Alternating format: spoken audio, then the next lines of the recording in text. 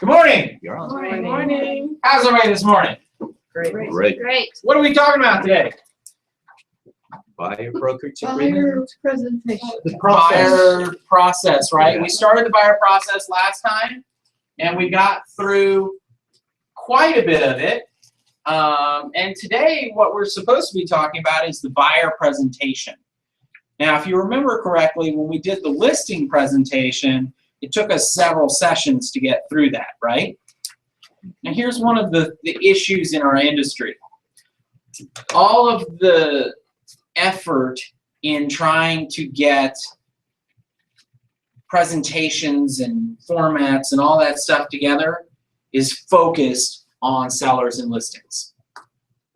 You could go online and find 1,000 different listing presentations. We as a company have the digital listing presentation that's phenomenal, right? Buyer presentations, not so much. Why is that? List to last. List to last, right? Because focusing on listings is the way to control your business. But if you're going to work with buyers ever, shouldn't you provide them the same caliber of service that you provide your sellers? Absolutely. And shouldn't you go through the same kind of pre-qualification steps? And that's what we talked about last time. Remember, we talked about doing that, setting the appointments, still doing the qualification before the pre-appointment things, all that stuff, and then the actual appointment. Because we still want to do an appointment with them. We don't want to just run out and show them a house, because we need them to be connected and committed to us as agents. So I have an example. It's probably old, but I have an example of a buyer presentation that I'm going to kick off here. Maybe.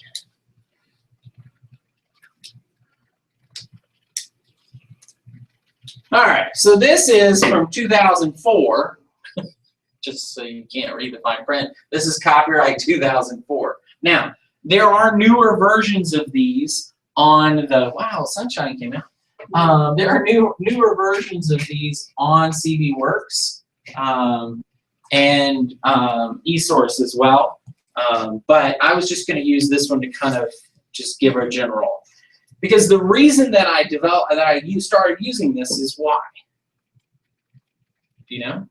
Professionalizes it. I lost a buyer because I didn't give them enough information. I didn't give them enough information up front for them to realize the benefit, all of the benefits of working with me. And so they went off and bought something without me. Now, I had a buyer brokerage. It had expired. They bought something that I didn't show them, so there was no way for me to chase that down. But barring all of those things kind of falling the way they did, the bottom line is I failed to do the presentation and the education of the client the way I should have, or else they wouldn't have done it, no matter what, right? So we're going to go through. Maybe we're going to go through. There we go. So this says we'll show you the way home. It talks about the right real estate company, the right sales associate. You see why 9 out of 10. So it's a little salesy in that standpoint from there. This talks about helping you find the right home. Is our job finding someone a house? Is our job finding someone a house? If they're a buyer, let's talk about if they're a buyer. Yes, it's not a trick question. I know it's still, Monday and early and all, but come on now. Warm up a little bit. Right now, with this device, I can go out and find any house that's available for sale, right? Mm-hmm. And I can find them near me. I can find them in a specific location. I can find them in price range, bedrooms, baths, whatever, right? Right. So do I need you as an agent, if I'm a buyer, do I need you to find the house? Not necessarily. Find one, no. Not necessarily. To understand which ones are best, that might be a different thing. And so that's where really making sure we're listening and having a home finding plan and going through all of that. What's important to home buyers everywhere? Communication, affordability, needs, convenience. Why are all these up here? I mean, this is all just kind of fluff, right? Not really. No. It's not, right? It's substantive. Because we need to tell that client, they need to understand that we are focused on communicating with them and making sure that they understand what's going on every step of the way. We need to make sure that they understand. Now, back in 2004 was a different time where everybody tried to upsell everything. You know, if somebody came in and said, oh, I can buy a $400,000 house, the lender would say, well, actually, you qualify to buy a $550,000 house, and then the agent would start showing them $600,000 houses. Because that's just, I mean, you know, well, we just push it a little bit. Well, that's not the way we do things anymore. It's not the way I ever do things, but it's not the way, we can't do stuff like that in this market. It's not reasonable. Needs, showing the people things that they need, the convenience that they need. So you're just going through. We talk about the heritage of our company. What was this company founded on? The main principle and purpose why the two guys got together, right? Banker and Colwell. Provide Honest, knowledgeable, help, assistance, keeping the consumer from getting taken advantage of. Over 100 years ago, that's our premise. So use that, leverage off of that. This talks about today, awards, we still have a bunch of that stuff. Commitment to you. My commitment to you as a client. Why is that important to say? Because they need to understand that you're on their side. Right. Because if they think you're just there to sell them the next blue car, what's the point? They can go to the next guy and get another blue car or a different blue car or whatever. They don't care, right? There's no loyalty there. But if my commitment to you is to help you in this process, is that a different statement? Yeah. Did you notice the eye contact and the commitment? It worked. He squeamed a little bit. So you got to connect with people. You got to call them out. You got to get in there and say, look, there are a lot of agents out there that you have to pick from, and I appreciate the fact that we're sitting here together today. Right? Doesn't that make a statement?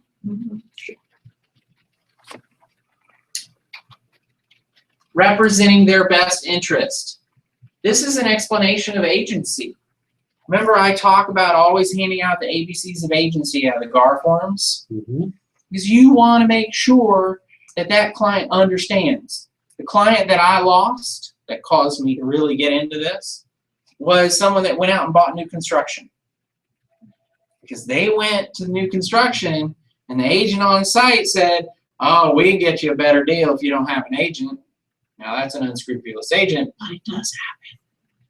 But my clients weren't prepared to handle that situation because I failed to prepare them. This will help them better understand the fact that no matter what that agent says, they don't represent that buyer. They represent the builder, the seller, right? And is it possible to represent the best interest of two parties that are competing? No. No, not ever. Conflict of interest. So that's the way we go through that. We talk about why prices are what they are, because that's important for buyers to understand that. Think about today's market. If we look at today's market and we look at the ups and downs of what inventory is on the market. A month ago, inventory that had been on the market for 60 days, was that good inventory? Inventory that people were going to like be excited to see? Not at all. No. Right? Totally stale, totally overpriced stuff that nobody really wants at that price point. Into this market right now, as stuff is coming on the market, it has one or two options, right? It's either priced well or it's not. Okay? That's the only two options. If it's priced well, what's going to happen? It'll sell. It's going to sell just like that. And so your buyers need to understand as best that you can, you need to explain to them that when a property comes on the market and you see it, and we've seen a few things, and you see it and you think to yourself, wow, that's a killer deal. I think I'm going to think about that one. You've just made a mistake, right? Because if you are going to think about it, somebody else is going to pull the trigger. That's why we do contracts with due diligence. That's why we do contracts where people get inspectors and all that other stuff. That's also why we pre-qualify them, so they can pull the trigger immediately. And we want them to be pre-qualified because they've got to be able to pull the trigger the day it comes on the market if it's a good property. Okay, that's very important. Competitive market analysis. So, how many of you as buyer's agents prepare a market analysis for your client before you write up an offer? Good. Couple. Think about it this way. I always get this question. If this is list price, how much should I offer? 10% less. I have no idea. Because that number is totally irrelevant to the value of that house. Until I back it up with the market value that might be there, and now I know a baseline of where I kind of want to go. Now, what do we have to be careful with that?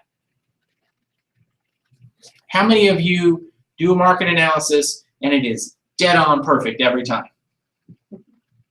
It's very subjective. I mean, I know I can.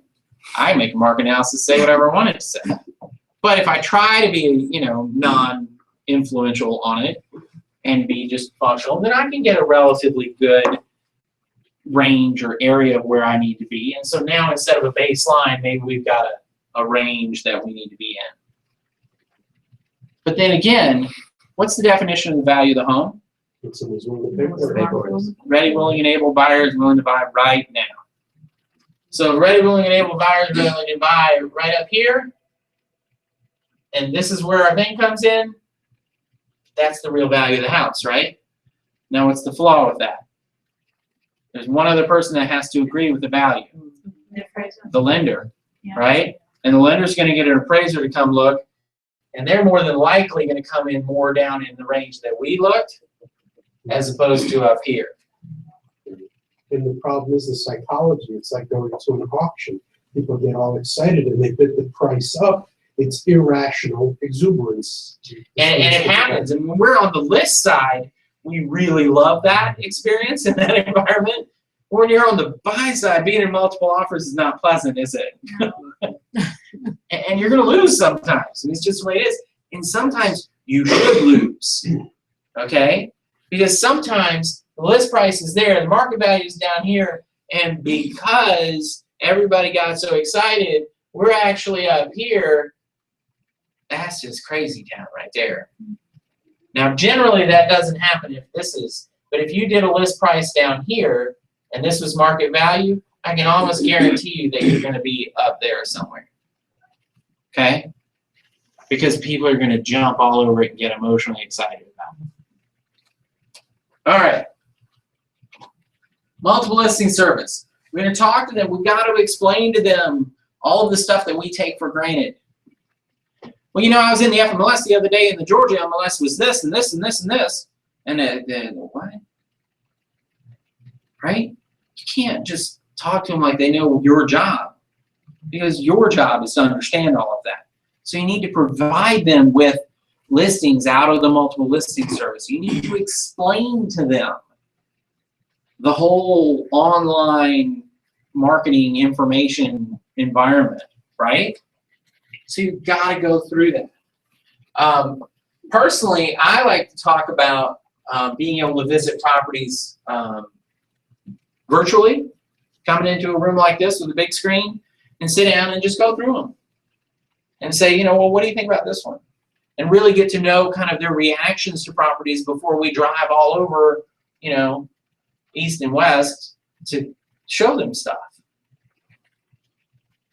make sure you talk about, this is where it gets to be important in this presentation. Make sure you talk about when they see a property advertised somewhere else, what should they do? They need to contact you, right? If they see a property out there wherever, the newspaper, a billboard, whatever, and they call that person, what just happened? You lost commission. You could potentially lose commission. So you gotta pay attention to that. Yard signs and open houses is the same thing. Arrange private showings on homes displaying an open house or for sale signs. Give them a stack of business cards. If they're gonna go to open houses, which is fine, when they walk in, they can say, oh yeah, my agent is Kate. I'm just out looking at some properties this afternoon.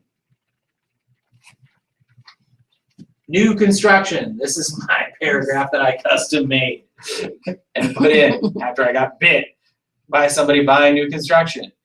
If they want to see new construction, it is very important that they understand it's not the same as going to an open house. If they go to new construction, they have to let you know. You have to register them. Because if they go to the new construction without you and register themselves, you could very easily be out commission or other aspects of that transaction. Now, what's more important than you being out of commission? Everything. You could potentially lose the opportunity to really represent them. Because it's hard to represent someone when you don't get paid. You also are not there to help them through the process that they are already being taken down that path, because that listing agent's job is to sell them one of those properties. Well, and one of the things that happens, I've had my very first client was a new build, new construction, as you know, they get so excited about what they're looking at, and they're sort of drawn in to that. You know, those agents are really good at doing that. Absolutely. I was lucky because they were very, you know, those agents were very, okay, are you working with enough? They asked the question. And the good ones will, okay? And so we're not trying to make a broad statement that all on-site agents are evil. Some of my good friends are on-site agents. Yeah. And they're not all evil, some of them are. But you have to know that there are ones that are trying to take advantage because they get incentivized. Mm-hmm. You have to realize that they get paid more if they can bring an unrepresented client. And what I said to them before they went out is I said, you have to remember that when you go to a build site, I said, those agents are representing the builder. They're not representing you. They are paid by the builder. Right. So if you want somebody out for your best interest, you have to have your own agent, whether it's me or somebody else. You have to have your own representation, because I don't think a lot of people think that through when they're looking. And that's why it's so important several slides ago that we really explained the whole agency concept. A lot of people kind of blow past that. You know, by law, we're required to, at our first possible opportunity, right? Does everybody remember that from pre-license?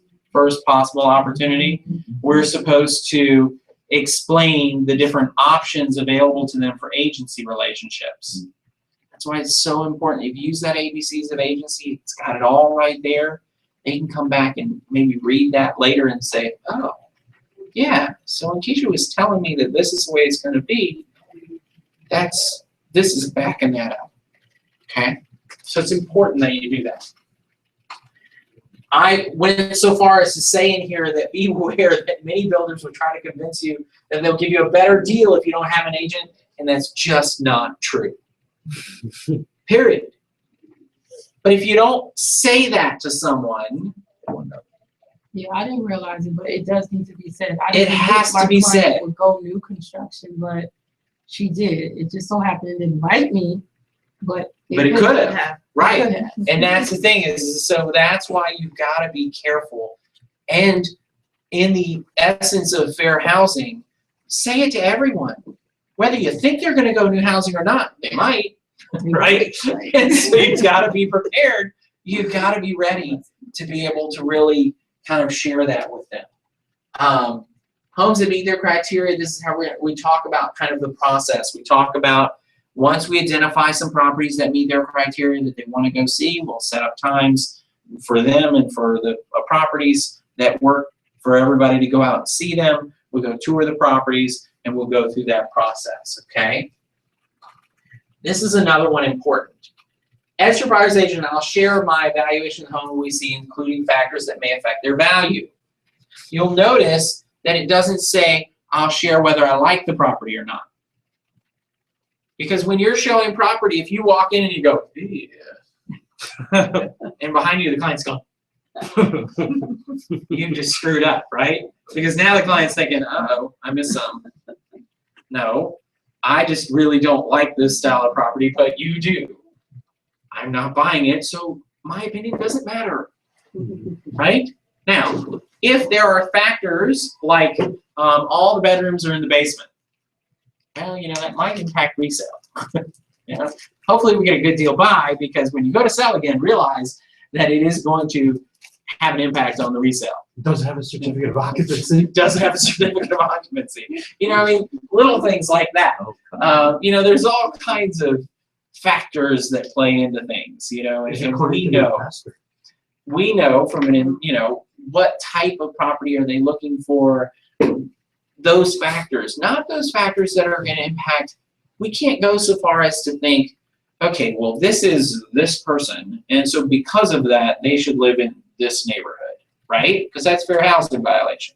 But what we can do that's not that is say, okay, so this property is on a power line, and I know to you that doesn't really impact you. You don't. We've had that conversation. You've said you don't believe that that matters. It doesn't impact you. You're not fearful for any kind of health implications or whatever, right? You're not worried about your kids glowing at night. There are people that are.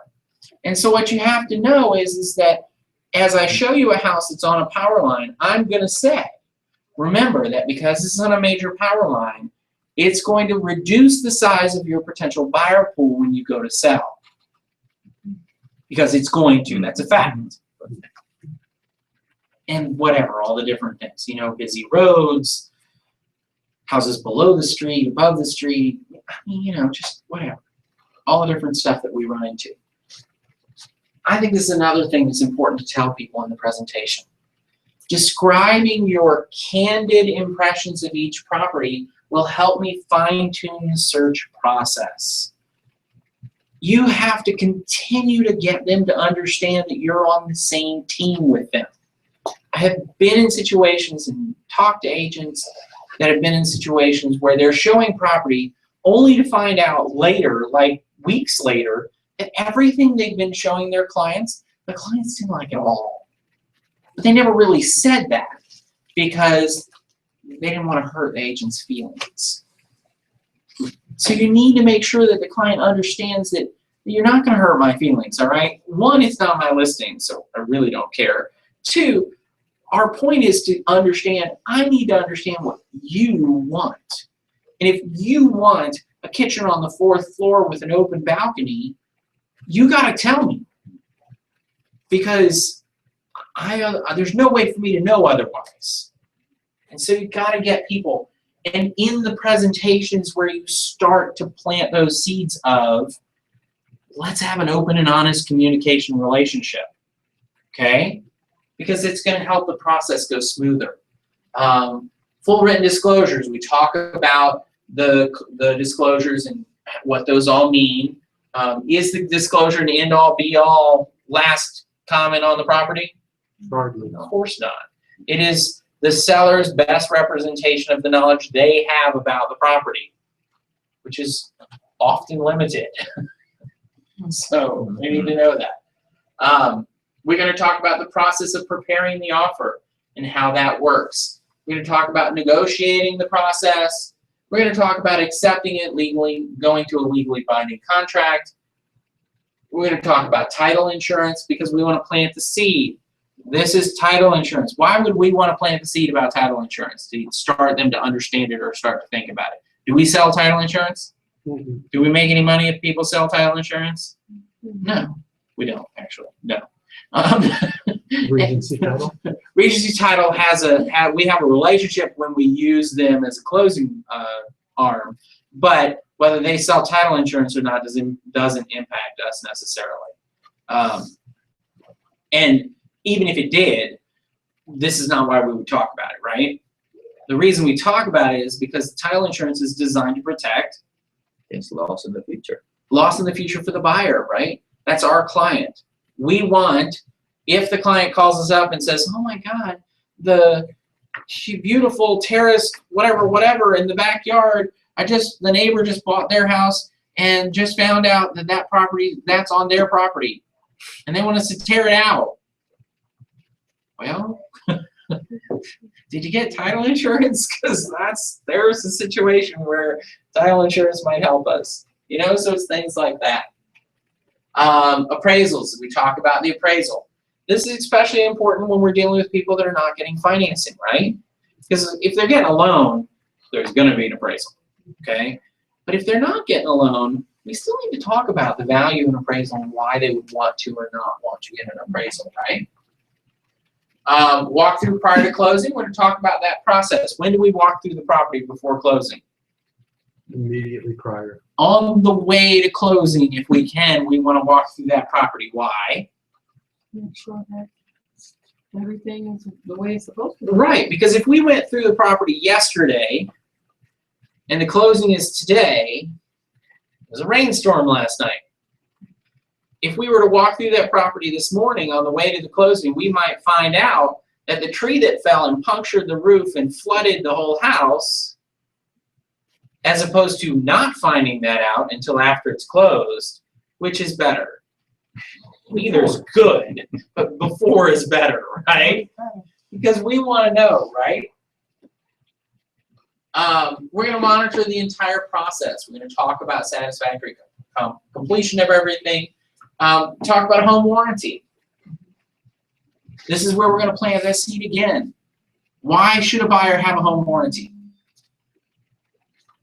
Because they're buying a house with systems that they may not know all the details about, even after an inspection. But they get an inspection, right? Doesn't the inspector tell them everything they need to know? They can't see behind the walls. They can't see behind the wall. And it also doesn't predict on what will happen, just like when you buy a car, it checks out great with your mechanic, and then 2 weeks later the fan belt breaks or whatever. Well, then you need a new mechanic. You can't predict necessarily. You can't. And in particular on a house, items on a house are designed to function at different seasons during the year, right? The air conditioning is not designed to run in the middle of January with snow outside. And vice versa, the heat, it's going to blow hot air if it's 100 degrees outside. So do many agents. So many agents. So from that standpoint, a home warranty protects you through that first cycle. As the house goes through the seasons, and Now, think about this. On new construction, do you need a home warranty? No, I mean, it's new, it's brand new, everything's new, nothing's going to be wrong, right? Yeah, the builder's Buildings warranty, we though, provide. Generally, you get a builder's warranty. You get a Oh. 210 from the builder, but you better pay close attention to what that 210 covers, okay? Because there are different variants of that, just like there are different variants of all kinds of home warranties. And so you want to pay attention to that. We obviously have a partnership with AHS and Coldmaker Home Protection Plan. We think they're the best, or else we wouldn't have a partnership with them. There are other options out there, and some of them are significantly different than our partners, okay? So you want to pay attention to that. The other aspect of it is when you buy a new home, unlike a home that's already been there for a while and has settled and kind of dropped into what it needs, when you get a new home, everything's new, right? And so stuff's going to move and shift and settle and this and that and the other. And so there actually is a home warranty program with Coldmaker Home Protection Plan that actually covers years 3, 4, and 5. Because typically the home builder's warranty covers first and second year, and then this gives you 3 more years of coverage. Is not a bad thing to have in the case of new construction, okay? Because stuff moves, stuff happens. way it is. Now here's the trick. We always are gonna try to get the seller to pay for the warranty, right? Because then it's a no-brainer. It's very easy for us to get our buyer to get a home warranty if the seller pays for it. What if we can't get the seller to pay for it? Should we get the buyer to pay for it? Yeah, it's like It's in their $500. best interest. I think It's so. in your best interest. I bought one on my house. Mhm. Did you need it? I used it a couple times, yeah. I mean, I bought a 1957 original, so I had some electrical things that I had them come out and fix. I needed it for the sewer, but of course it didn't cover the sewer line outside. And there was no sewer line issues You inside. pay the extra $100 and it would have covered. So, well, that's the new one. See, I didn't have that. Oh, Didn't exist okay. when I was there. So, yeah, thanks. Thanks for pointing that out. That's So spot, really. Again, a good example of why you really need to read the fine print of home warranty, because it's insurance like anything else. It has limitations. The pre-qualification, pre-approval, this is not so much, remember this presentation from 2004, so this is not so much a deal anymore, to be honest. The word pre-approval today is about as impactful as the word pre-qualification used to be. That you need to know where it's coming from. But you do need to cover with them why you would need a pre-approval with how much home can they afford, right? Because they might already think they have, but, you know, again, you may not. Types of mortgages we could talk about a little bit, financing process, applying for a mortgage. Wow, that's really old. I'll take that off so Tom's number's not up there long. Preferred customers with a Coldwell Banker Concierge program. This is an important point to start getting this person to be your customer for life, your client for life. Because this is an explanation of, so once we get you the home that you want, there's gonna be things over the years that are gonna come up that you're gonna need assistance with relative to the home. So for instance, you might get into the home and be all excited to have a lawn and garden and bushes and all that kind of stuff to take care of because you've lived in a condo or an apartment for the last number of years, and you're just excited to be able to get outside and do some work outside. Well, that excitement might wear off after the first year or 2 or 3, and you might decide that you need to hire a professional landscaper. I have a list of people that are pre-approved, sorted through, and all that sort of thing, that if you just reach out to me, I can provide you some good recommendations for professional landscapers. I can provide you good recommendations for plumbers, electricians, contractors, anything real estate related. I want you to think about the fact that you need to reach out to me and I will help you connect with some good people. Why would you want to do that? Maintain the relationship. To maintain the relationship, right? Because everyone that buys a house at some point will eventually sell the house. Either they will or their heirs will, right? Okay? So then now we talk about some paperwork to fill out. It's no different than the listing process, right? You go through the listing presentation. At the end of the listing presentation, all we have to do is fill out this listing agreement, sign here, and we'll be good to go. And we'll get started. Same thing. Here's the buyer brokerage agreement. Now, so many people talk about, wow, it's so hard to get people to sign the buyer brokerage agreement. Now, if I just went through that whole presentation and I showed you the value of working with me, is it going to be hard to get you to sign a buyer brokerage agreement? Not as hard as it would be if you didn't do the presentation, right? There's always going to be people that buck the rule that are going to be challenging no matter what. But in reality, if you've given them a good presentation that gives them that understanding of what they're really getting into, is a lot of people don't understand what they're getting into.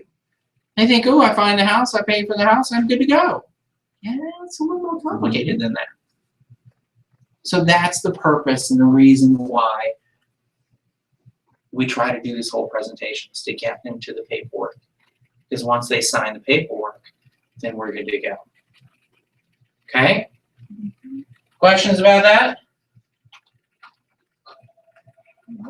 You can find updated versions of those on CBWorks and eSource. Okay? So make sure you go on and check those out. So we've covered the buyer process up to the appointment. We just covered the appointment. What do you think we should cover next? Showing the property. Actual signing the agreement. Why don't we talk about the actual paperwork, right? Because we went through the whole listing agreement, we went through the whole purchase and sale agreement, but let's go through the buyer brokerage agreement, and then depending on how long that takes us, we'll go through kind of the next steps and processes. All right? Any questions at this point? All right. Thank you guys for coming, and we'll see you next week. That's it. Turn this off and. Quick and painless, right? It's like, well,